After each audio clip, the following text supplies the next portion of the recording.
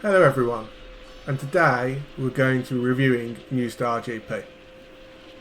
For those who have not come across New Star before, they're a mobile phone app developer typically, and this is their first foray into console gaming. So the game is really simple. You have two modes, a career or a championship.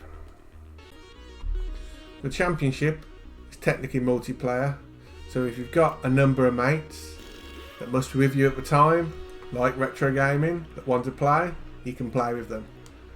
And there's various different types of championships. You start off with easier and smaller ones and work your way up to more challenging ones. The career is a 5-season career split over various decades of F1. So you've got 80s, 90s, noughties, 10s and 20s. It comprises of the typical races that you saw in that era. It's not official at all, so they've made the track shorter and you'll notice certain sections if you know the tracks really well. The first thing you always have to do is pick a strategy, and it'll give you an idea on which is best to do. So on this one it's recommending the short stop strategy because there might be rain on laps 3 to 4. So you'll notice that the names are very similar to recognised F1 drivers without being exactly the same. It keeps a ranking of how you get on with them, so for some reason me and Nigel Mawson don't get along very well because I bumped into him a few times and then made statements about him in the press. So as you can see, the gameplay is very cartoony, which is the point of being a retro gamer. It's also very simple, a bit point and shoot.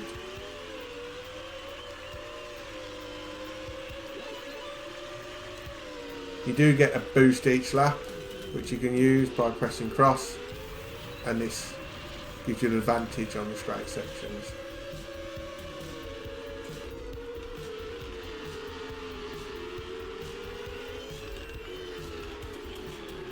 So as you can see, you've got the famous hairpin section coming up.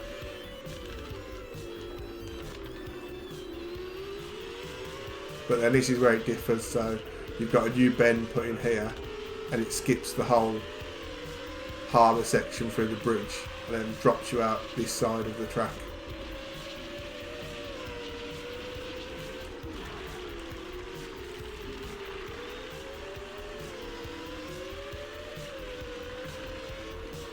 And then you're into the last few bends.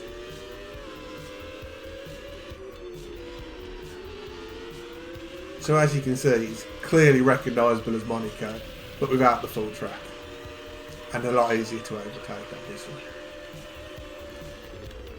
The gameplay is pretty good. It's simple, it's effective, it keeps you wanting more. And then you have interchangeable weather conditions.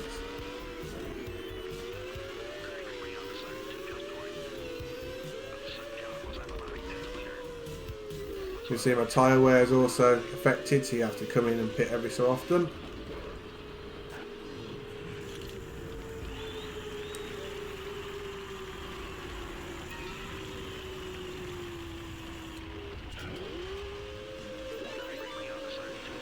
So here we are on the final lap. As you can see from the vast amount of time I'm behind first and second, I've not quite mastered Monaco yet, but it's an excellent track. The gameplay is really enjoyable. I can keep playing this for hours on end, but it's also nice because the races are always 6 laps. You can just pick them up and play for 20 minutes if you've only got 20 minutes at the end of your work day or something.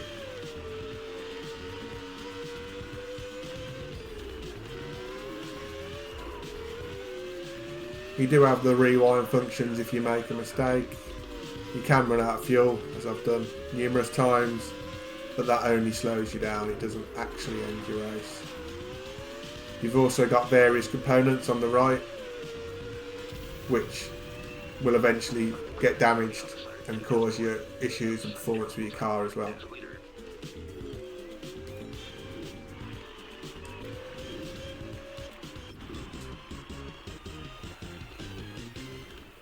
So to summarise, the gameplay I personally think is excellent. The only thing that lets it down is it's not compatible with my steering wheel setup, which means I am playing on controller, but it's not meant to be a simulation, so you can forgive it that.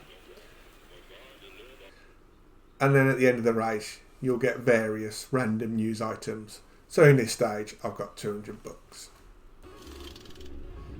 So on the career, you've got various sections. So the first one is upgrading your car. As I've done this season, the car's fully upgraded, but that affects your stats and obviously how quickly you are in the race. You have a perk or a staff perks screen. You can change perks so that you can get better advantages in the races depending on how you race and what you want, and you can also earn more money from this section. You can then buy license tech, which will give you a perk for so many races. You can recolour your car or redecorate your car how you want. You have a trophy room and a stats room. And that's it. It's a very simple game, so you're not able to play with settings or difficulties. You're not able to go online. It is a career or a championship, and that is it. It is very simple.